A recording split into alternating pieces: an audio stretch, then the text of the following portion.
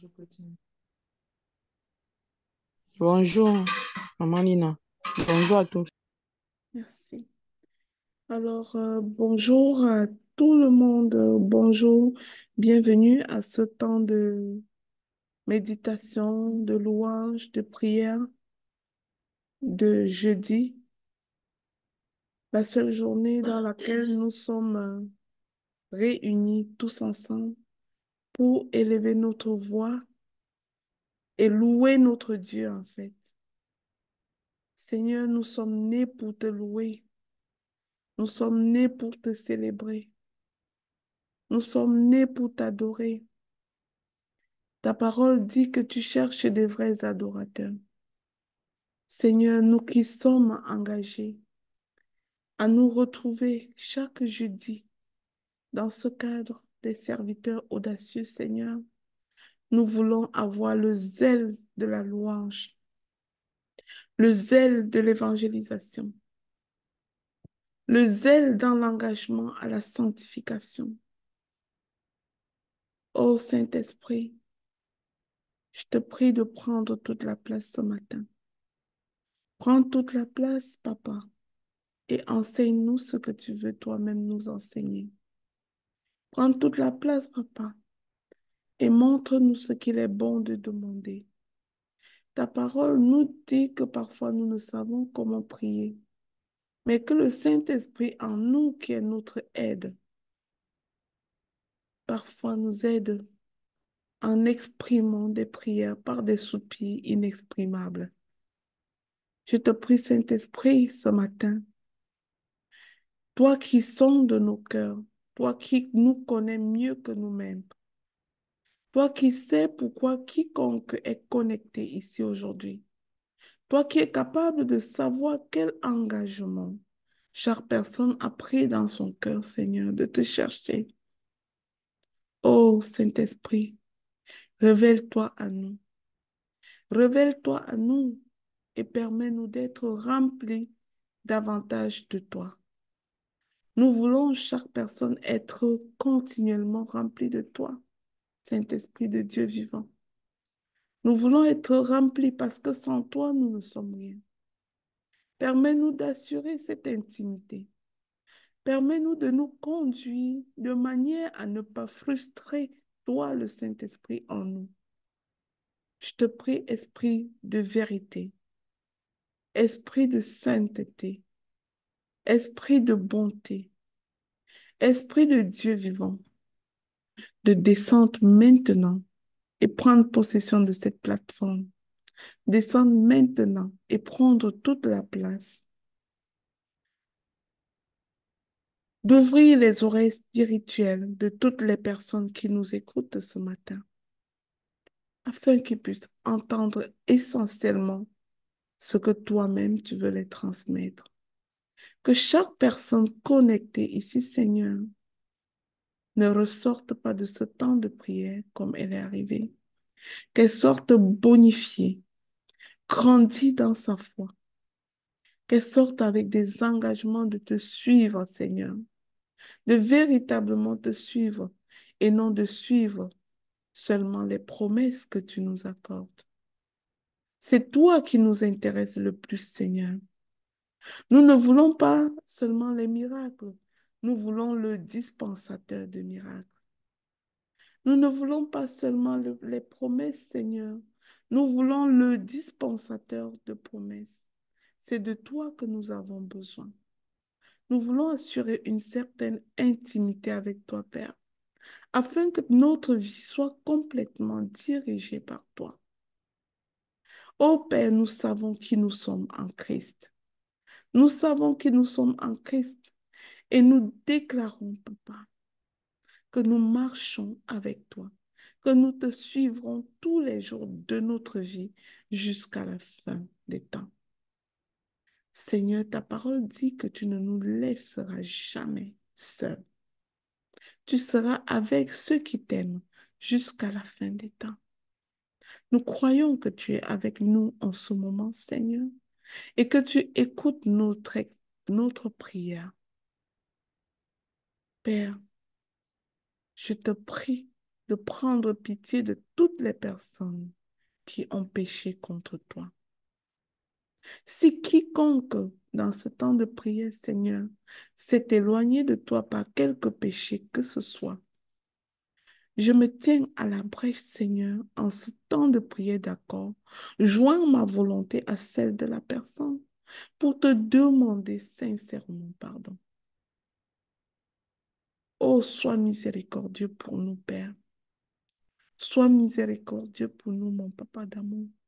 Sois miséricordieux pour nous, Père céleste.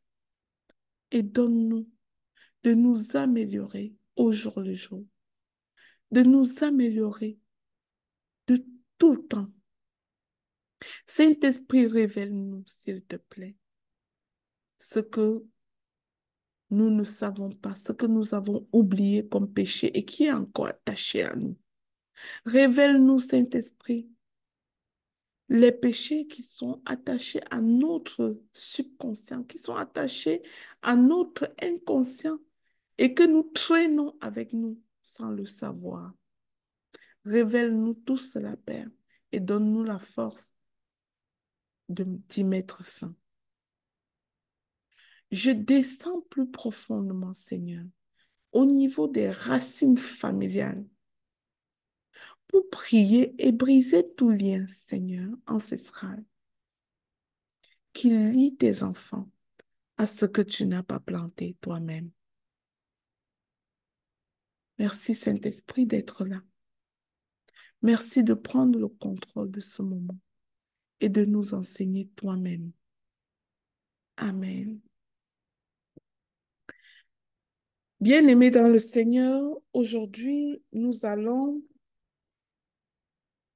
baser notre exhortation sur Romains 12, du verset,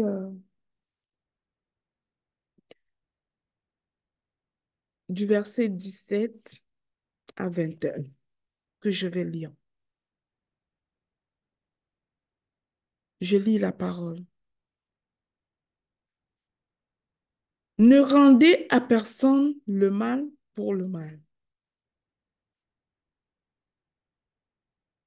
Recherchez ce qui est bien devant tous les hommes. S'il est possible, autant que cela dépend de vous, soyez en paix avec tous les hommes. Ne vous vengez point vous-même, bien-aimés, mais laissez agir la colère, car il est écrit, à moi la vengeance, à moi la rétribution, dit le Seigneur. Mais si ton ennemi a faim, donne-lui à manger. Si ton ennemi a soif, donne-lui à boire. Car en agissant ainsi, ce sont des charbons ardents que tu amasseras sur sa tête.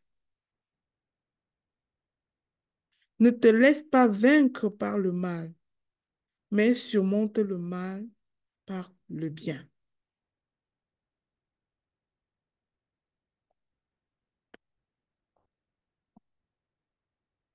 Tel est le passage sur lequel nous allons baser notre exhortation de ce matin. Le Seigneur nous invite à ne pas rendre le mal pour le mal.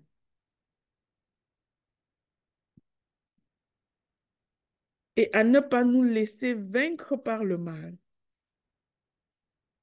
Combien sommes-nous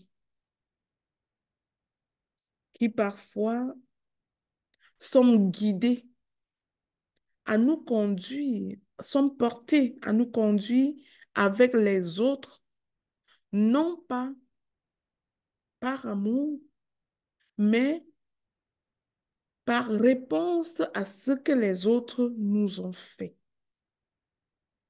Combien sommes-nous? Nous sommes tellement nombreux qui sommes portés à nous comporter ainsi. Pas seulement parce que nous ne sommes pas chrétiens, mais même dans l'Église, même parmi les enfants de Dieu, parfois ça se passe ainsi. On veut tout simplement être bien avec celui qui nous fait du bien. Parfois, on veut tout simplement faire du bien à ceux qui nous font du bien. Et on regarde parfois avec dédain et colère les personnes qui ne se conduisent pas selon ce qui est convenable à nos yeux.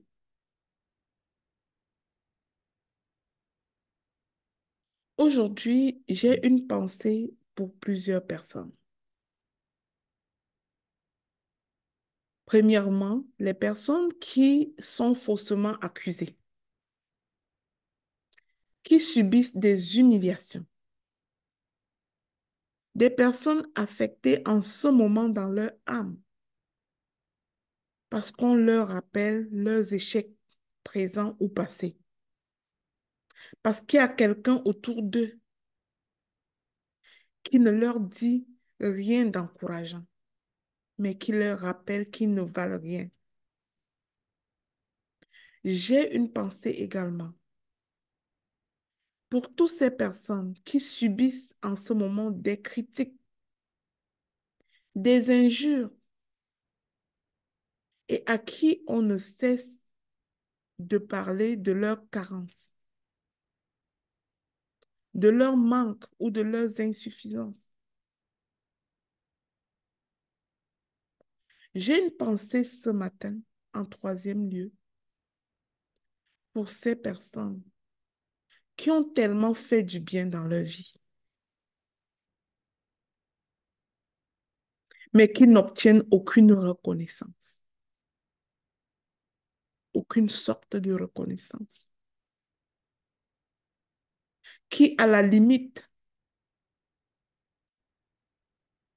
sont persécutés, critiqués, parce qu'on attend juste qu'ils en fassent de plus en plus. Alors ce matin, j'ai une pensée pour ces trois catégories de personnes. Peut-être c'est votre cas. Peut-être vous vous reconnaissez dans l'un des cas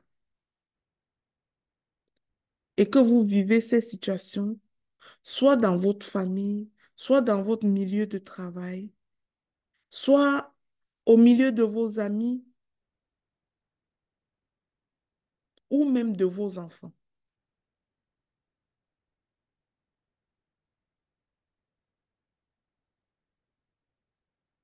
La parole que j'aimerais t'adresser ce matin, si tu es concerné par l'un de ces cas, c'est de te dire de ne jamais te laisser vaincre par le mal, mais surmonte le mal par le bien, comme il est dit dans Romains 12, verset 21 que nous venons de lire. C'est cette parole-là. Ne te laisse jamais vaincre par le mal, mais surmonte le mal par le bien.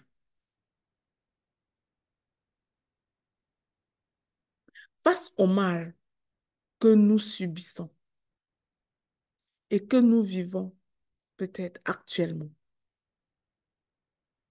il est important de toujours nous rappeler que Dieu est un Dieu de justice. Et c'est lui qui défend notre cause. Nous n'avons pas besoin de nous lever pour nous battre. Tous les combats ne sont pas à mener, les amis. Il se pourrait même que dans la situation que toi tu vis en ce moment, que tu sois fautif. Mais Dieu est si bon. Il est tellement bon que si tu te remets à lui avec sincérité, il défendra quand même ta cause. Ne te venge pas en quelque circonstance que ce soit.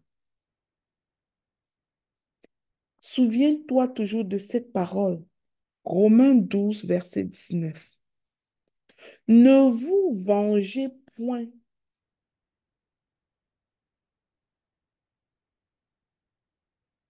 ne vous vengez point vous-même, bien-aimés, mais laissez Dieu agir. Car à moi la vengeance, à moi la rétribution, dit le Seigneur.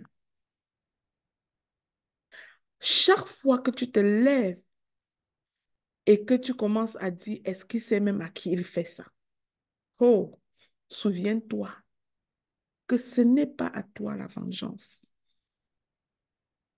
Ce n'est pas à toi la rétribution. Je sais que quelqu'un va me demander, je peux entendre à mon esprit. Et qu'est-ce que je fais quand je suis tellement persécutée par une personne qui ne prend garde à rien et qui s'affiche et qui me fait tellement mal? Veux-tu que je reste sans mot dire? J'aimerais te dire que tu as quelque chose à dire, mais je vais te dire là où tu vas aller parler. Tu n'as rien à dire à cette personne. Tu as tout à dire dans ton lieu secret. Retourne dans ton lieu secret et dis à Dieu que mon Dieu, mon roi, je suis attaqué, je suis persécuté. Mais ta parole déclare que je ne dois pas me venger toi-même, parce que c'est à toi la vengeance et la rétribution. Alors, Père éternel, tu ne feras pas de ta parole un mensonge. Lève-toi et agis pour ta fille que je suis. Là où tu dois parler existe. C'est au pied du trône de grâce. Ce n'est pas face à celui qui t'attaque, qui dit des médisances, qui fait toutes ces choses. Tu as besoin d'aller parler à ton Dieu. Tu n'as pas besoin de livrer un combat avec personne.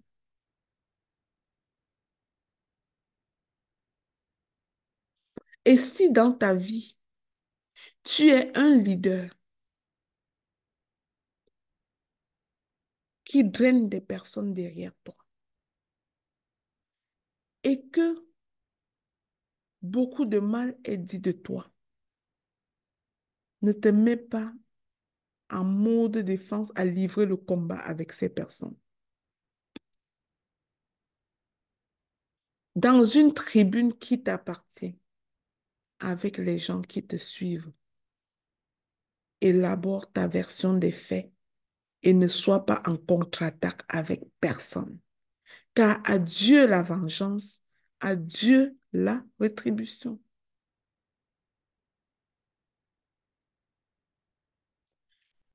Dans Colossiens 2, verset 14, il est écrit ceci. Il a effacé l'acte dont les deux ordonnances nous condamnaient et qui subsistait contre nous. Et il l'a détruit en le clouant à la croix. Alors, si Jésus nous a libérés de toute condamnation et qu'il a payé pour ce dont nous étions coupables, alors pensons-nous vraiment que pour les choses dont on nous accuse, Dieu sera insensible? Non, notre Dieu ne sera pas insensible. Ne vous vengez point vous-même, bien-aimés, dit le Seigneur, car il est écrit, à moi la vengeance, à moi la rétribution. Nous devons donc comprendre que les pensées et les voies de Dieu sont de loin au-dessus des nôtres. On aimerait que la situation qu'on traverse se résolve immédiatement. Mais n'oublions pas que toute chose concourt au bien de ceux qui aiment Dieu et qui sont appelés selon son dessein. Même les médisances qu'on dit de toi concourent à ton bien. Quand cela se fait, va au lieu secret et demande à ton Dieu. Seigneur, dans ce qui est en train de se passer en ce moment, qu'est-ce que tu veux m'enseigner? Révèle-moi ce que tu veux m'enseigner. Souvenons-nous de l'histoire de Joseph dans la maison de Potiphar. Joseph a été faussement accusé. Il a été jeté en prison, faussement. Mais tout cela a produit son élévation. Si vous ne connaissez pas cette histoire, je vous prie d'aller le lire. Joseph a été accusé faussement par la femme de Potiphar. Cette femme-là qui lui a demandé de se retrouver avec elle dans son lit à l'insu de son mari et que Joseph a dit, je ne ferai pas ça à mon Dieu. Et cette femme, elle a volé un morceau de linge de Joseph et elle est partie dire que Joseph l'a fait en montrant son habit comme preuve. Joseph a été mis en prison. Faussement accusé. Mais Joseph a accepté de faire cette prison dignement. Et nous le savons, la Bible dit que en prison, le pénitencier a fini par confier la gestion de tout le prison à Joseph, qui était prisonnier. C'est en prison, dans toutes ces tumultes, que le Seigneur a révélé à Joseph son don, sa capacité d'interpréter les rêves. Et il en interprétait pour les gens en prison et c'était toujours vrai. Voilà pourquoi quand le Pharaon, le roi d'Égypte, a eu des rêves que personne n'arrivait à expliquer, il a fait venir Joseph de la prison parce qu'il en avait entendu parler. Joseph a tellement interprété ses rêves avec justesse et c'est ce qui devait se passer. Et le roi a confié toute la gestion de tout le royaume d'Égypte à Joseph et a dit à Joseph la seule chose qui fera la différence entre toi et moi, c'est le trône.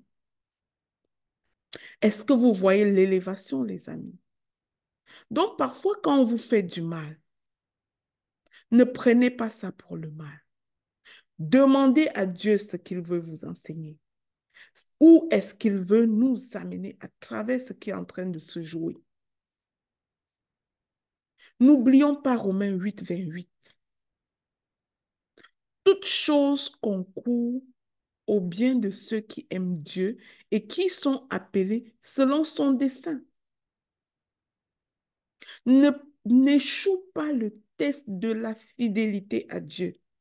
Parfois, toutes ces personnes vont dire toutes ces choses de toi, vont te calomnier, vont faire toutes ces affaires, accuser faussement pour éprouver ton cœur, pour que Dieu voie si tu peux passer le test de la fidélité à lui, à sa parole. Si tu peux continuer à lui faire confiance malgré tout cela, si tu peux continuer à croire qu'il défend ta cause et que ce n'est pas à toi de livrer le combat, mais bien à lui, parce que tu es son fils, parce que tu es sa fille. Regardons Jésus. Il a été plusieurs fois accusé faussement. On l'a insulté et maltraité. Mais tout cela a contribué au salut de toute l'humanité. Si Jésus n'avait pas été maltraité, accusé faussement, cloué sur la croix, toi et moi, on ne serait pas rendu digne d'être appelé enfant de Dieu. Prenons le temps, les amis, de réfléchir face aux critiques que nous essuyons et aux mauvais traitements que nous subissons. Posons-nous la question de savoir à quoi le Seigneur veut que cela contribue. Qu'est-ce que le Seigneur veut nous enseigner? Quelle partie de notre caractère le Seigneur a envie d'aiguiser? Parfois, les choses vont éprouver ton orgueil, tout simplement pour voir si tu peux passer le test de l'humilité. Si tu peux ne pas dire, ah, c'est à moi qu'on fait ça, est-ce qu'on sait même à qui on s'adresse? Parfois, les gens vont se conduire ainsi, mal à votre égard, juste pour que le Seigneur voie si vous êtes capable de passer le test de l'amour du prochain. Parce que l'amour du prochain, tel que décrit par Dieu, est inconditionnel. Dieu ne dit pas d'aimer seulement ceux qui nous aiment, mais d'aimer les uns les autres comme il nous a aimés. Et nous devons passer le test de l'amour. Nous ne devons pas échouer ces tests parce que la personne nous a dit ci, alors désormais nous ne lui parlons plus. Parce que la personne a dit ça, alors désormais nous le détestons.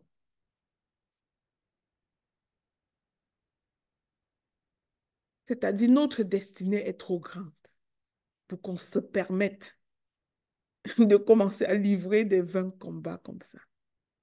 Souviens-toi que tu es appelé à une grande destinée et que tu n'as pas du temps à perdre dans ces petites choses, dans ces petites considérations.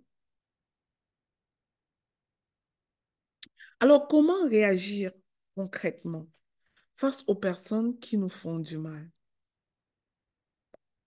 Dans Proverbe 4 au verset 23, la parole de Dieu dit ceci. Garde ton cœur plus que toute autre chose, car de lui viennent les sources de la vie. En fait, le cœur ici fait référence à l'âme. Et vous savez que l'âme est le centre de nos émotions. C'est la partie de notre cœur qui est tellement sensible à ce que font les autres et qui court trop le risque de courir à la vengeance, de courir à la colère, de courir à la tristesse, de courir au découragement. Le Seigneur dit de ne pas laisser le plaisir aux gens d'éprouver ton cœur, quel que soit ce que ces gens-là ont fait. Lorsqu'une personne réussit à atteindre ton cœur, elle vient de toucher les sources de ta vie. Tu ne dois pas permettre que les faits et gestes des personnes, quels qu'ils soient, atteignent ton cœur. Beaucoup parmi nous tombons dans l'aigreur, dans la critique et les murmures lorsqu'on nous fait du mal, lorsqu'on nous fait ce qui ne convient pas à nos yeux. On ne se rend même pas compte que lorsqu'on agit ainsi, cela signifie que notre cœur est touché, que notre cœur est brisé, que notre âme est blessée. Les sources de notre vie sont polluées lorsque nous laissons l'accès à la colère, à la vengeance, face aux critiques, aux murmures, aux médisances, aux méfaits des autres à notre égard. Faisons attention à ce qui pollue notre âme.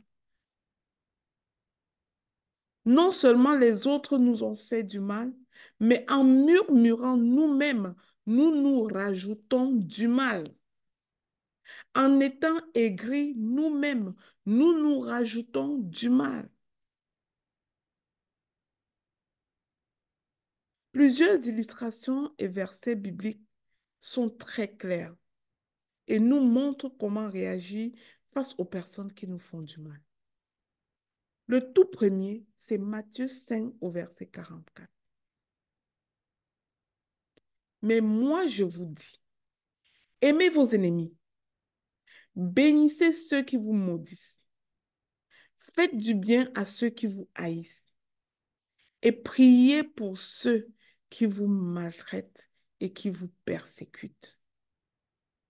Mes amis, qui ici a envie de faire comme Jésus face aux méfaits des ennemis, de prier pour ceux-là et de dire à Dieu, Seigneur, pardonne-les, car ils ne savent pas ce qu'ils font.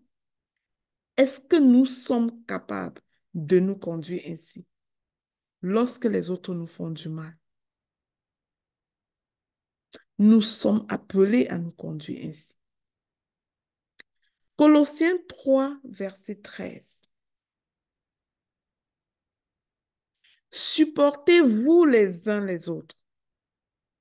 Et si l'un de vous a sujet de se plaindre de l'autre, pardonnez-vous réciproquement. De même que Christ vous a pardonné, pardonnez-vous aussi. Vous savez combien le pardon est cher à nos yeux.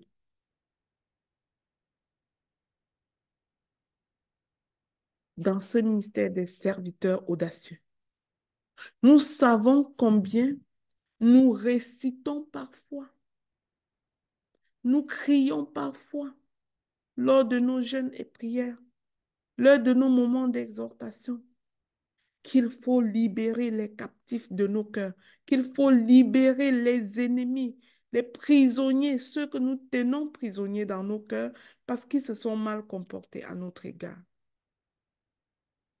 Pardonnez-vous les uns les autres.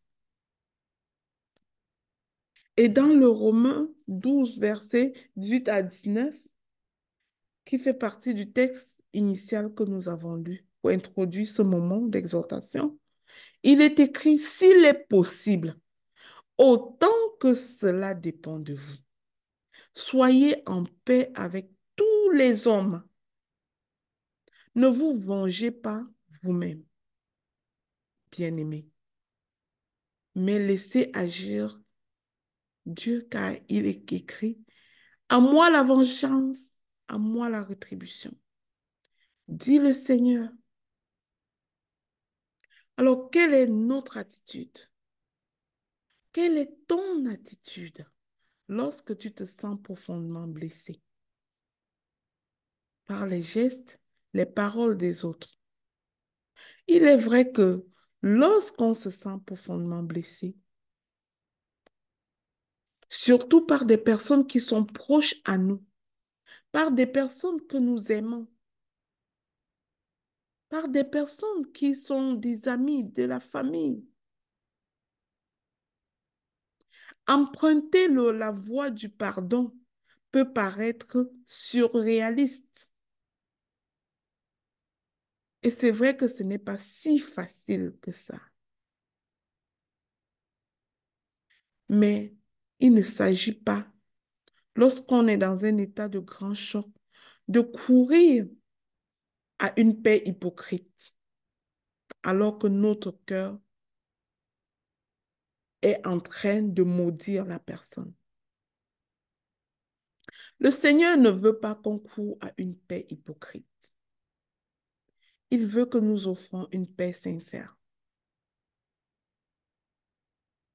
Ceci signifie que tant que ton cœur est alourdi, tu peux te permettre de prendre du recul, mais que dans ce recul, tu sois au pied du trône de grâce pour te confier à celui qui est le berger de ton âme et lui demander la force de retourner à la paix avec la personne. Donc, le temps de recul ne vaut la peine que si tu l'as pris pour retourner au berger de ton âme, Jésus-Christ, pour lui demander la force d'offrir le pardon. Tu peux prier en disant ceci. Seigneur, je m'abandonne à toi. C'est plus fort que moi. Je me sens frustré. Je me sens blessé. Décharge-moi, Seigneur, de ces injustices qui me dépassent. Et donne-moi la grâce de te ressembler et d'offrir le pardon sincère à ces personnes qui m'ont offensé. Si tu le demandes, le Seigneur te l'accordera. Tu te sentiras rempli de zèle pour te lever et d'assez d'humilité pour aller réparer ce qui est brisé, même si ce n'était pas toi l'auteur. Mais parfois, nous sommes tellement orgueilleux que nous ne sommes juste pas capables de rebâtir ce qui est brisé, de reconstruire ce qui est complètement détruit.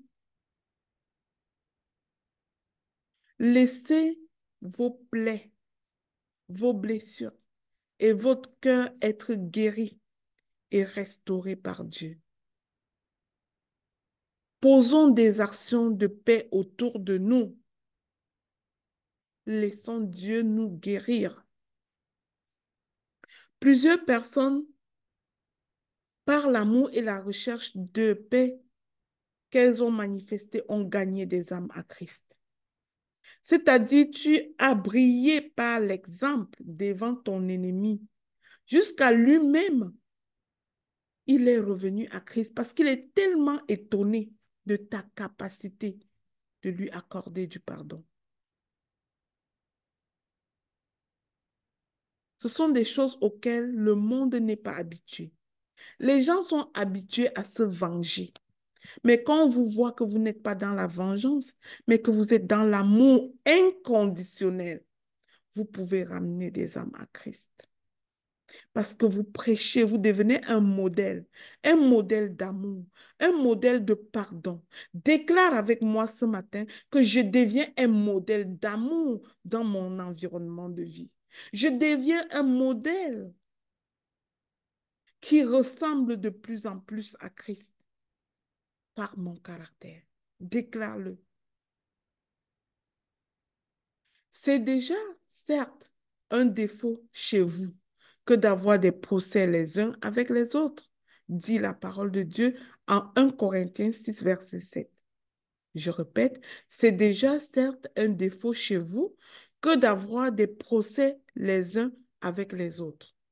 Pourquoi ne souffrez-vous pas plutôt quelque injustice?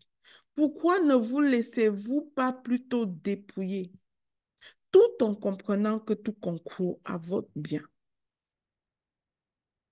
Bien-aimé, accepte si possible de souffrir quelques injustices pour manifester le caractère de Christ dans ce monde.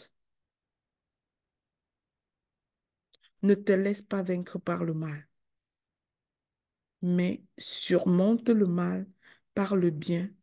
Ainsi, ta vie sera un exemple pour la multitude.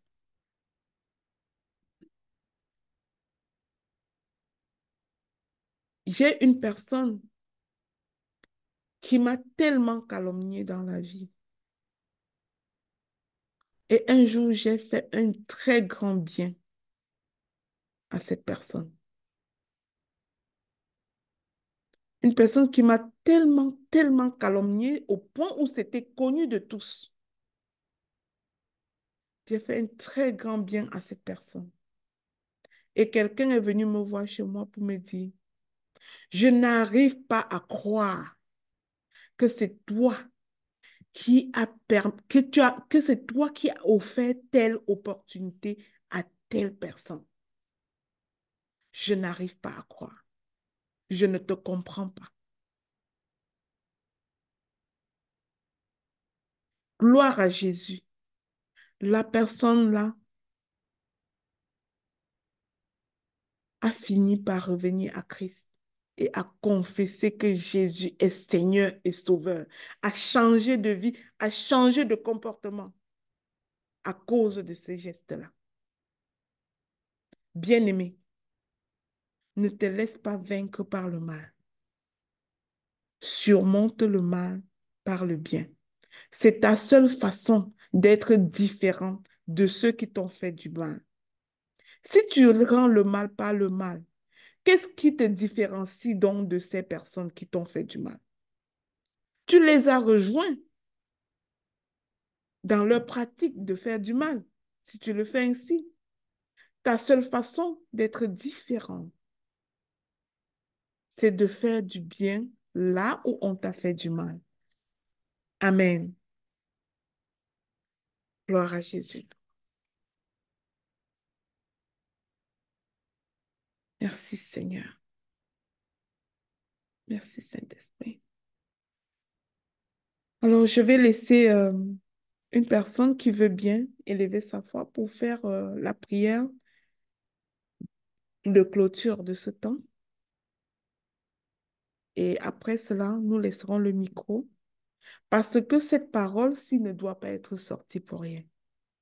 Il y a certainement quelqu'un qui traverse ces situations, qui se sent écrasé, qui se sent méconnu dans ses efforts, ce qu'elle fait pour les autres, qui ne reçoit aucune reconnaissance et qui aujourd'hui était peiné.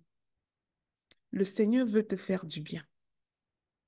Et si c'est toi, s'il te plaît, dis-nous-le que c'est toi, pour permettre que ce bien que le Seigneur veut te faire soit rendu concret dans ta vie. Qui veut prier pour clôturer? J'ai besoin d'un volontaire. Amen. Carole, merci. Sois bénie. Merci.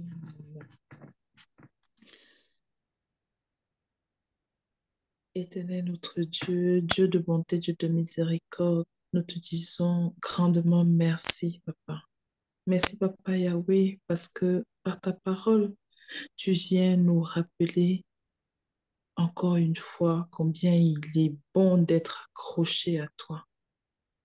Merci parce que par ta parole, tu viens nous réconforter et nous rassurer que faire du bien est une bonne chose et que nous ne devons pas nous laisser euh, perturber par ce que pensent les autres. Merci pour ce message qui vient nous bénir encore davantage. Nous nous accrochons à cette parole, Papa Yahweh. Merci de nous avoir choisis pour être à l'écoute de ce message. Merci de nous disposer afin que nous puissions utiliser ce message et continuer à évangéliser autour de nous en manifestant ta parole dans notre vie. Glorieux Jésus, merci de nous bénir. Merci de nous sensibiliser. Merci de nous rappeler ton amour. Merci de nous aider à être comme toi. Merci de nous aider à opposer à l'adversité l'amour. Glorieux Jésus, viens bénir encore une fois ce temps de partage et de prière. Permets que cette parole que nous avons écoutée aujourd'hui touche chacun des enfants ici présents. Permets que ce message que nous avons écouté aujourd'hui vienne rassurer chaque enfant qui se retrouve au travers de cette parole. Oh, Papa Yahweh, je me reconnais dans cette parole. Je reconnais ce message, tu les membres de ma famille. Merci, Seigneur Jésus. Merci pour ce message. Permets que nous saisissons cette parole et que nous nous y accrochons. Bénis tous tes enfants. Bénis ta servante, la coach Lina. Bénis sa vie. Bénis le réseau. Bénis tous les membres du réseau qui contribuent pour apporter encore la connaissance à tes enfants inscrits dans ce groupe. C'est par le nom précieux de ton Fils Jésus-Christ que nous t'avons ainsi prié. Amen, Amen. amen, Amen. amen. Merci Seigneur. Sois bénie, Carole, vraiment, sois bénie. Merci Seigneur. Je rends grâce à Dieu, te reconnaissant dans cette prière-là, dans ce message. Je prie que le Seigneur te fasse du bien et que tu gardes les yeux sur lui parce que ce qui est fait n'est pas fait pour rien. Souviens-toi de Joseph et attends l'élévation qui vient par la suite. Oui, parce que notre Dieu nous amène quelque part. Rien n'est fait pour rien. Il n'y a pas de hasard dans la vie de ceux qui sont appelés à une grande destinée. Nous venons de sortir d'un temps de jeûne et prière pour activer notre destinée. Alors que tu as activé ta destinée, s'il te plaît, il y a des tests que tu ne dois plus échouer. N'échoue pas le test de l'amour en aucune circonstance. Que tout ce que tu fais, tout ce que tu dis, tout ce que tu penses soit empreint d'amour envers qui que ce soit. Amen. Alors, oui, je vois la main de maman Bernadette. Tu as la parole, maman Bernadette. Sois bénie.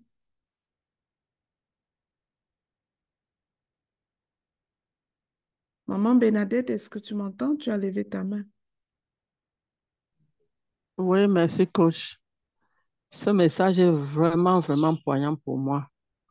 Hmm. Oui, parfois, nous passons par beaucoup d'étapes, surtout des gens qu'on a passé toute la vie à aider, à aimer, franchement.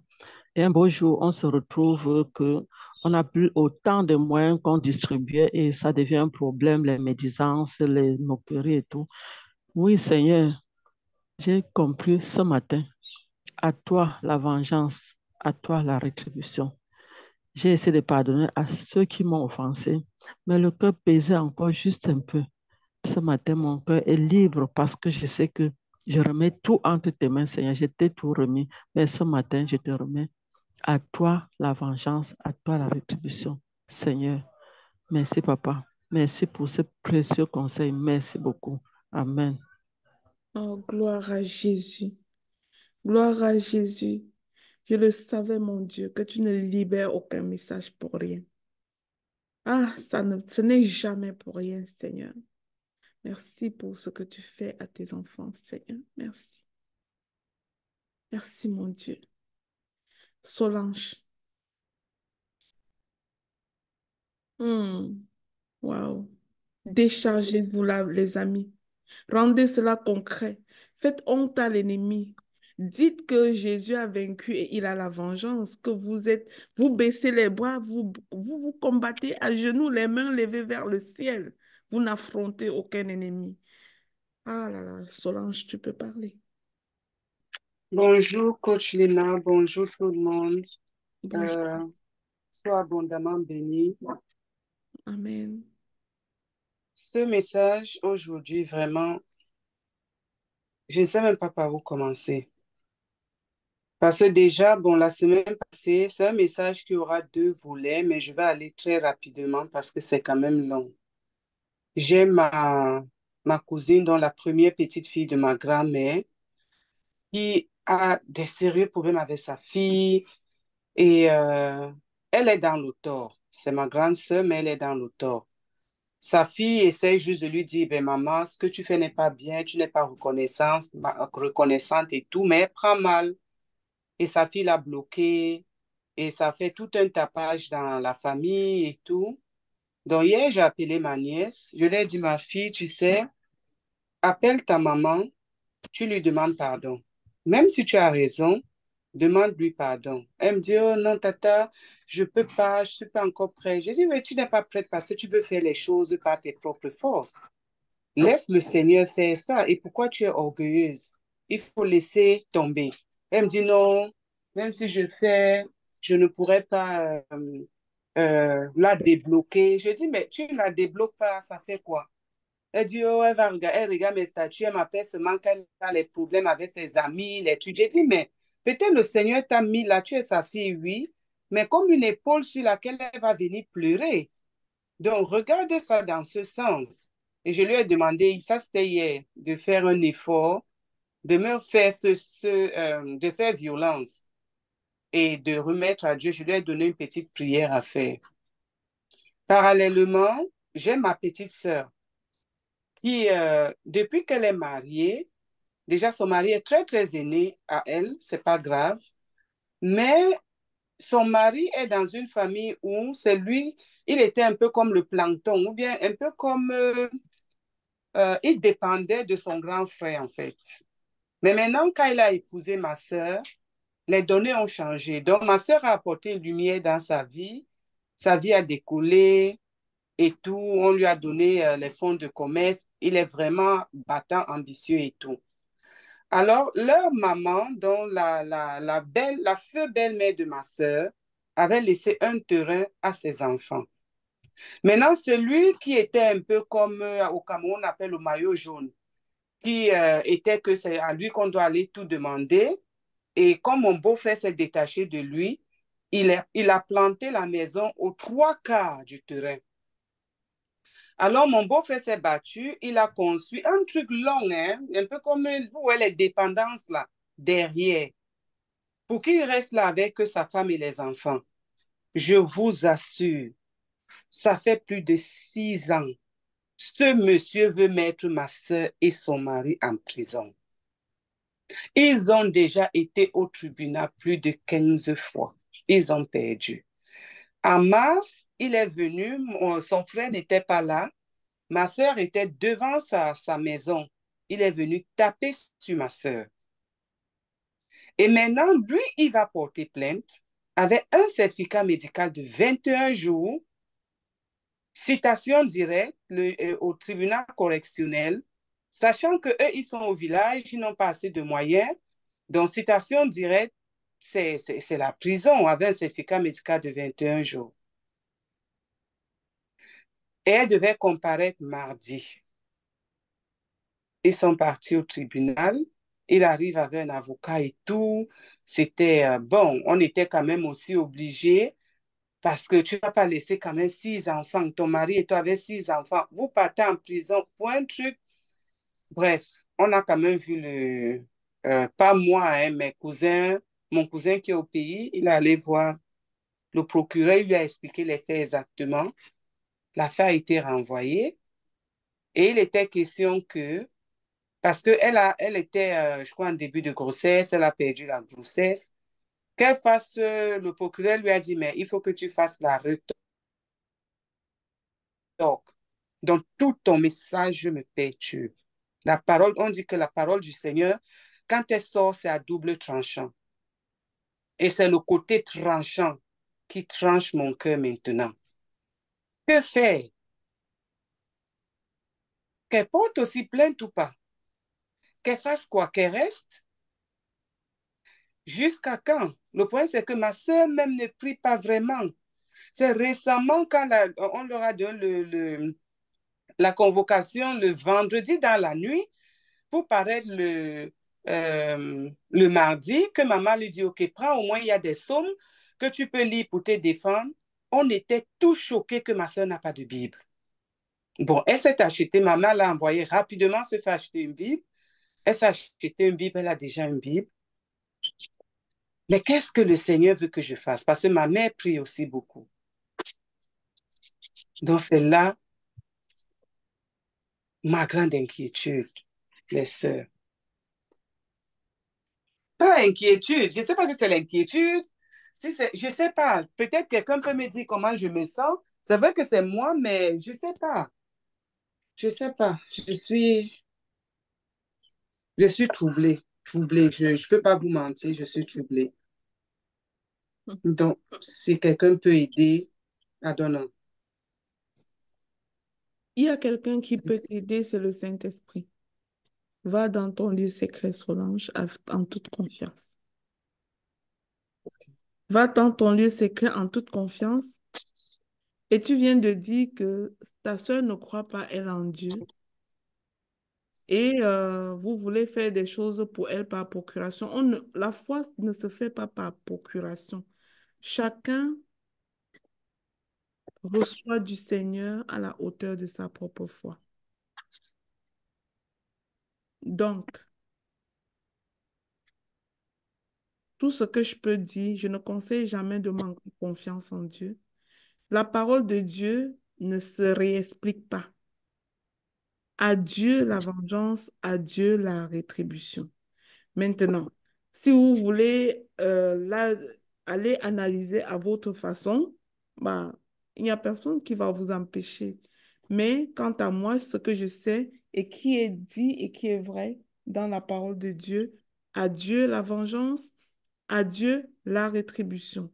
Mais n'oublions pas que les promesses de Dieu se réalisent pour ceux qui sont en Christ. Pour ceux qui sont en Christ. Qui sait-on? Peut-être c'était une façon que ta sœur soit éprouvée pour que finalement elle puisse entendre raison qu'elle peut revenir à Dieu. On ne sait pas. Donc, allez en prière et laissez le Saint-Esprit vous aider. Maman Pauline, je ne sais pas. Sylvie a la main levée et son micro déjà ouvert, peut-être. Je crois que c'est ce que je vois. Sylvie, tu peux parler.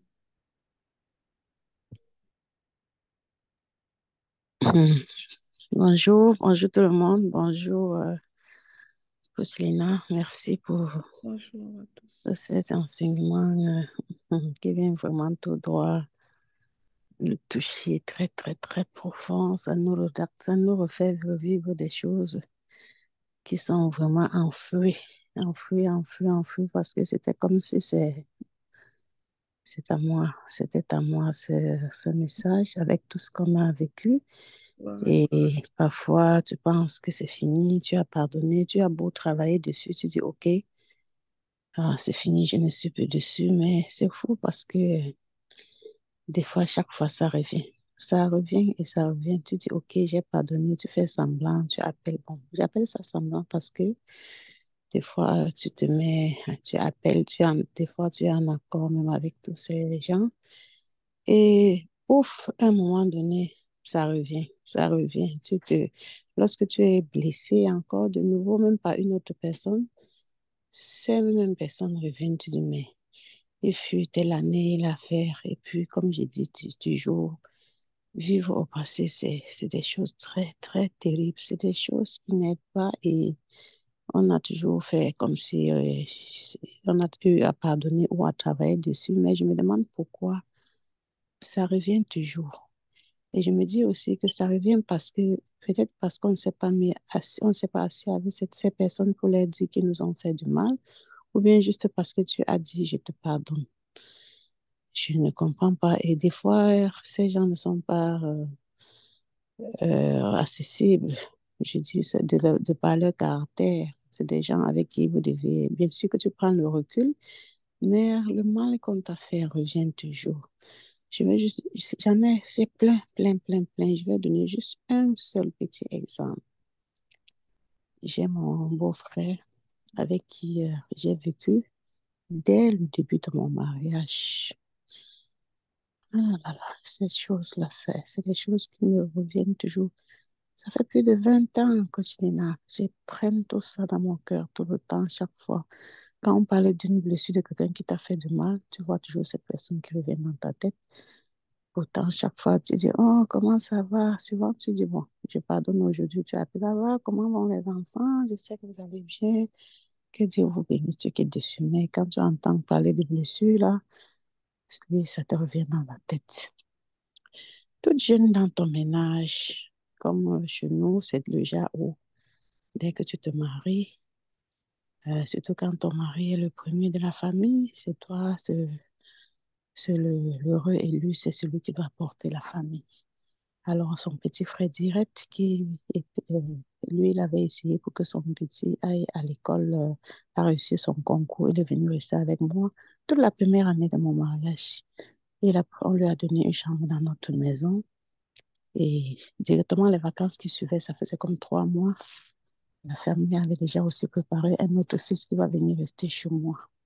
parce que mon mari est le premier de chez eux et puis il avait comme 6 enfants.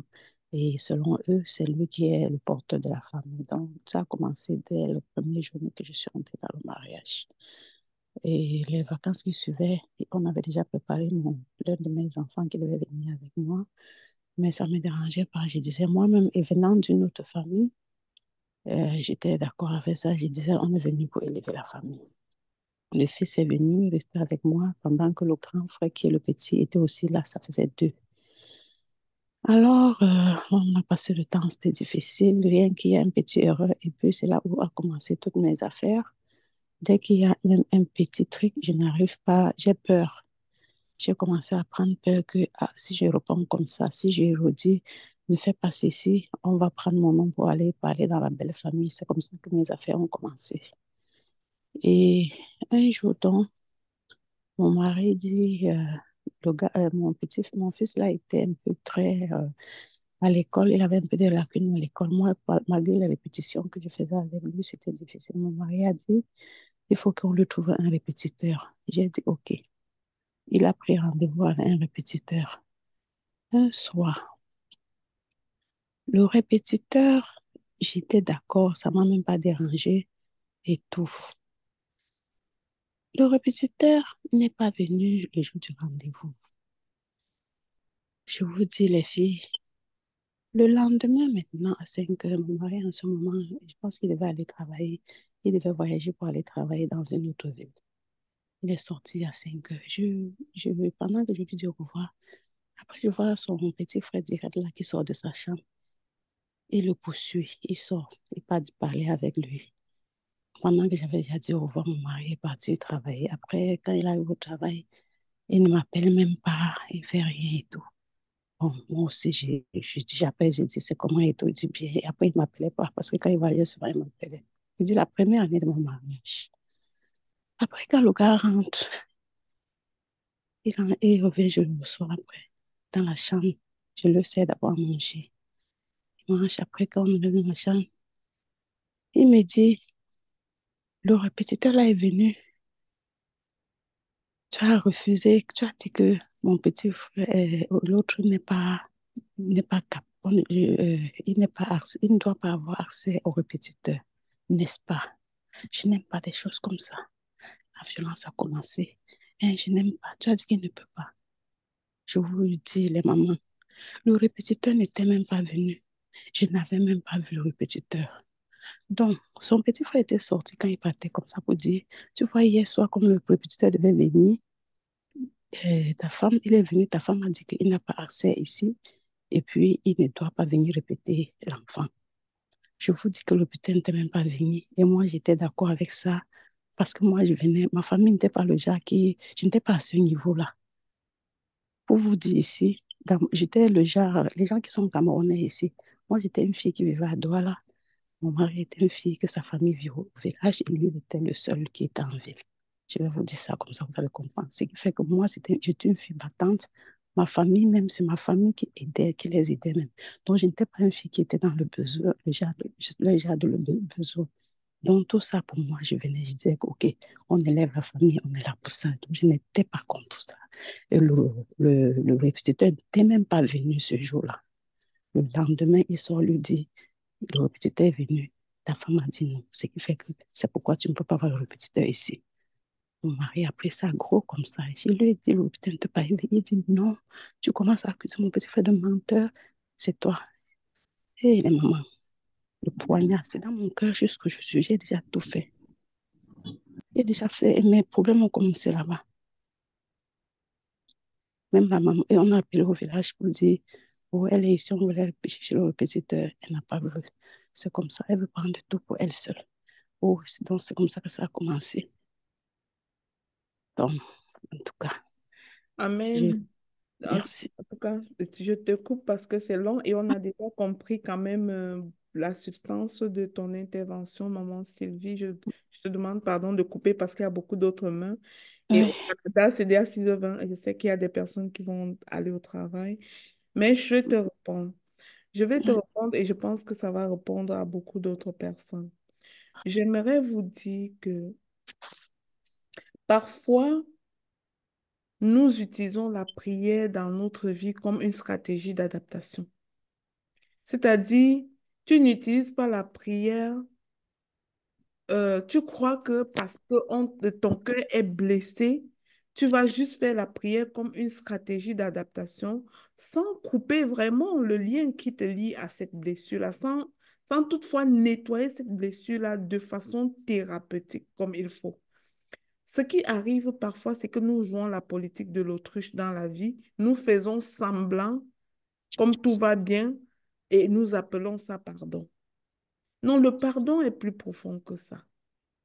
Et ça relève parfois de la thérapie. Je vous dis, généralement dans la vie, nous avons ce qu'on appelle les éléments de contamination émotionnelle, les parasites émotionnels, c'est-à-dire tout ce bagage que nous avons accumulé parce que X ou Y nous a fait X ou Y chose. Les éléments de contamination émotionnelle, là, lorsque nous les avons et que nous ne travaillons pas à mettre fin à ça, à vider vraiment ce bagage, bah, toutes ces souffrances sont juste en dormance en nous. Voilà pourquoi même après plusieurs années, tu parles encore avec tellement d'émotions, ça veut dire la plaie est juste comme béante. Mais ce qui arrive chez nous, généralement, je vais dire chez nous généralement, nous les afro-descendants, c'est que nous ne savons pas investir sur nous pour travailler sur nous. Je peux vous dire que la blessure que tu as eue au niveau de ton âme est plus grave qu'une jambe cassée. Elle est plus grave qu'une jambe cassée. Mais ce qui arrive, c'est que si tu as la jambe cassée ce matin, tu vas te retrouver tout de suite chez le médecin. Mais quand tu es blessé à ton âme, tu oublies qu'il y a les médecins de l'âme. Il existe des thérapeutes. Et lorsque tu as la chance de trouver une thérapeute chrétien, un psychologue chrétien, je te dis que tu fais le nettoyage des contaminants émotionnels et ton cœur devient léger. Je vois Maman Bénadette qui a dit pendant les 21 jours de prière qu'on avait fait ici, de jeûne et prière, elle a été libérée de beaucoup. Oui, parce que on ne l'a pas fait comme des prières de murmure, comme des temps de prière pour venir devant Dieu murmurer, mais on a parlé comme des thérapeutes pour aller penser ce qui était blessure au niveau de l'âme en fait. Donc, je te suggère de penser et d'envisager une véritable thérapie si tu te veux du bien. Parce que la blessure que tu as sur ton âme, je te dis, c'est plus grave qu'une jambe cassée. Et je sais que si ta jambe se casse ce matin, tu iras chez le médecin. Prends soin de ton âme. Mais parfois, nous ne voulons pas investir sur nous pour guérir. Et sache que c'est malheureusement ça la réalité. Et comme enfants de Dieu, nous devons apprendre à nous affirmer. Parce que c'est malheureusement ça la réalité dans le contexte africain. Une femme arrive dans une famille, son premier cadeau, c'est de porter le bagage d'un enfant pour lui donner. C'est de porter des adultes pour installer. On ne lui donne même pas le temps de s'installer dans sa maison. Et ça crée ça, malheureusement. Euh, Maman Pauline,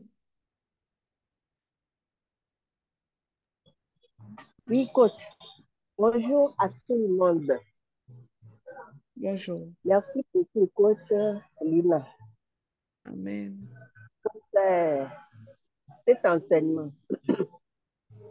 Moi, c'est pour poser une question. Ok, maman. La question, la voici. J'étais à côté d'un collègue Mhm. dans ma boutique, là. Il est à côté de moi. On s'entend bien. Mais à un certain moment, il s'est éloigné de moi. Je ne comprends pas. Pendant 3 mois, 4 mois, je suis obligée de m'approcher de lui. Je lui ai demandé qu'est-ce que je t'ai fait, est-ce que je t'ai fait quelque chose? Il me dit non. C'est vrai ça. Je suis encore repartie. Je vois que ça continue. Je lui ai posé la question 3 fois. Mais moi, je suis une personne, je n'aime pas les rancunes. Je n'aime pas. Je suis gênée. Jusqu'à aujourd'hui, je n'ai pas encore eu. Je ne sais pas. C'est comme je lui ai fait quelque chose. Mais il me cache. Mais j'ai fouillé la tête, j'ai tout fait, mais je ne sais pas ce que je lui ai fait. Ça me gêne, quoi. Maintenant, comment je vais faire? Bonjour, maman Pauline, je te comprends tout à fait. Mais laisse-moi te dire une chose, maman Pauline, ce que tu penses, c'est juste ton interprétation de la situation.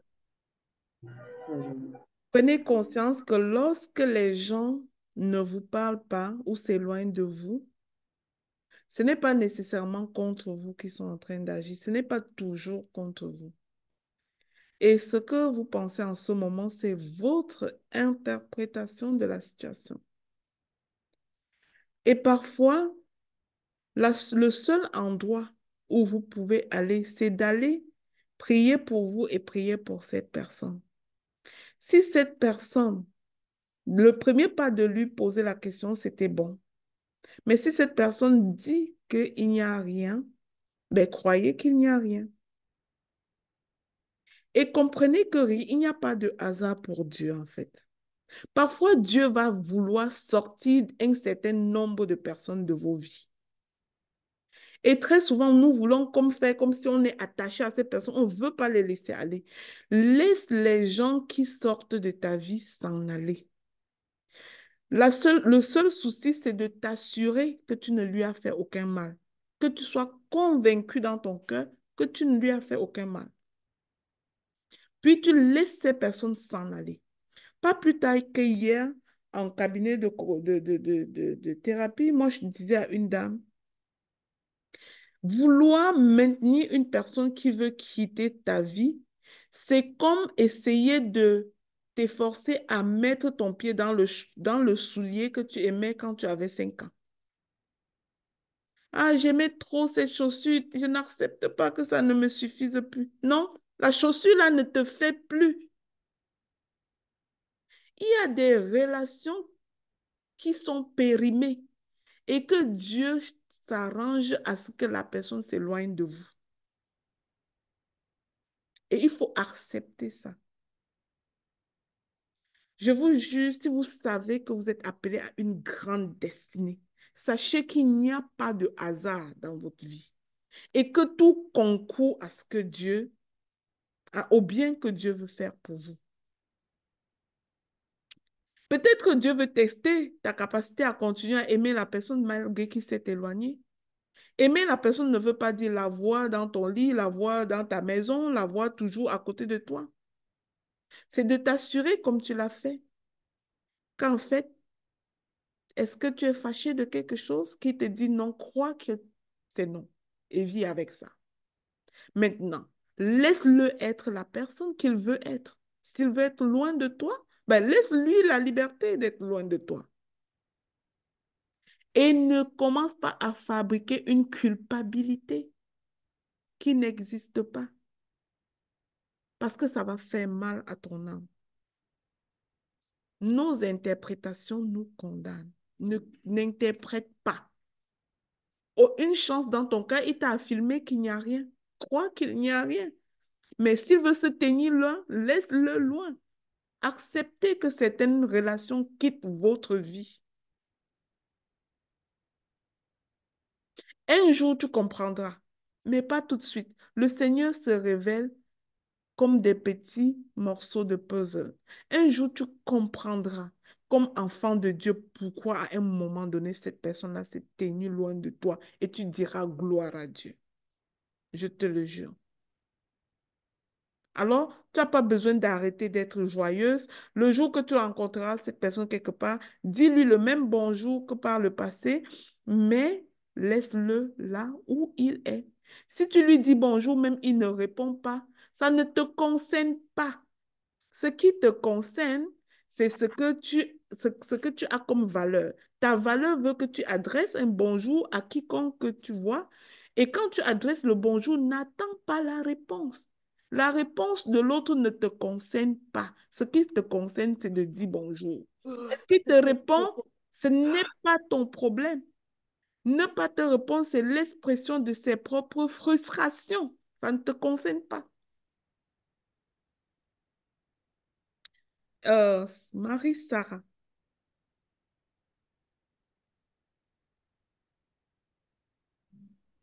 Allô, Oui, Marie-Sarah. bonjour à tout le monde. Juste pour témoigner ma gratitude, hein, parce que j'ai encore appris aujourd'hui. Parfois, on se dit que on n'est pas blessé, on ne sait même pas qu'on est blessé. On est face à une situation, on se dit, on laisse tout à Dieu. On prend de petites décisions dans le cœur. On pense que ça va. Pourtant, on en a une dent contre la personne. Donc, c'est ce que moi j'ai appris. Moi, je ne suis pas trop dans des vibrantes colères avec des personnes, mais je suis celle qui sait se ranger, qui sait prendre des décisions quand on ne va pas, qui se tourne. Donc, ça m'a appris aujourd'hui que même lorsqu'on pense qu'on en veut pas à quelqu'un, il faut complètement libérer son cœur. Il faut rentrer dans le trône de grâce vers Dieu, lui laisser le temps d'agir, lui laisser le soin d'agir, se laisser complètement à Dieu, laisser le soin à Dieu d'agir. Donc, c'est ce que je ressens avec aujourd'hui et j'en suis tellement reconnaissante. Et je pense que c'est ce que je vais faire dorénavant. Ne pas laisser des séquelles, ne pas laisser des parasites rester dans mon cœur, me vider complètement. Donc, c'est tout ce que j'avais à dire. Merci vraiment. Merci. Amen, Marie-Sarah. Alors, comme vous avez compris, les amis, parfois, faire semblant là, c'est continuer dans les problèmes. Parfois, nous offrons des faux pardons, c'est pas sincère. Et je vous le dis, quand on est vraiment blessé, on a besoin de soins. On ne peut pas avoir une plaie béante sur son bras et porter une chemise longue manche et faire semblant de ne pas être blessé. Ça veut dire que la blessure est là et on l'a cachée seulement. Parfois, il faut accepter de soigner la blessure. Et les soins de ce type de blessure existent. Ayez l'ouverture pour accepter la thérapie quand vous êtes blessé. Parce que juste prier quand on est blessé, juste prier et pleurer, c'est une stratégie d'adaptation. Ça ne veut pas dire que tu as pris soin de la blessure. Et il ne faut pas être de ces chrétiens-là qui sont là à prier, c'est-à-dire à doubler les vêtements sur la blessure en croyant, en faisant semblant de ne pas être blessé. Non, ça ne marche pas. La blessure est là. Il faut accepter de se soigner. Si Dieu me permet, je vais organiser dans le cadre de notre centre d'écoute une une petite masterclass sur la contamination émotionnelle, si ça peut aider les personnes à au moins identifier les parasites émotionnels que vous avez et qui sont enfouis en vous, qui vous empêchent d'être comme normalement guéri et libéré de ces situations.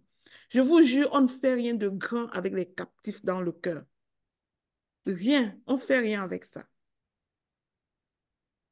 Que Dieu nous donne la force d'y arriver. Je pense que j'ai pris toutes les mains. Je vois encore une main de Solange, mais je crois que c'était l'ancienne main qu'elle avait oublié de baisser. Depuis lors, sa main était restée debout, je pense. Est-ce que je me trompe, Solange? Non, coach. Ok, super. Alors, les mamans, gloire à Jésus, gloire à Dieu. Aujourd'hui, nous avons vu que le Seigneur voulait vraiment s'adresser à ses enfants, aux personnes qui se sont senties concernées par ce message-là.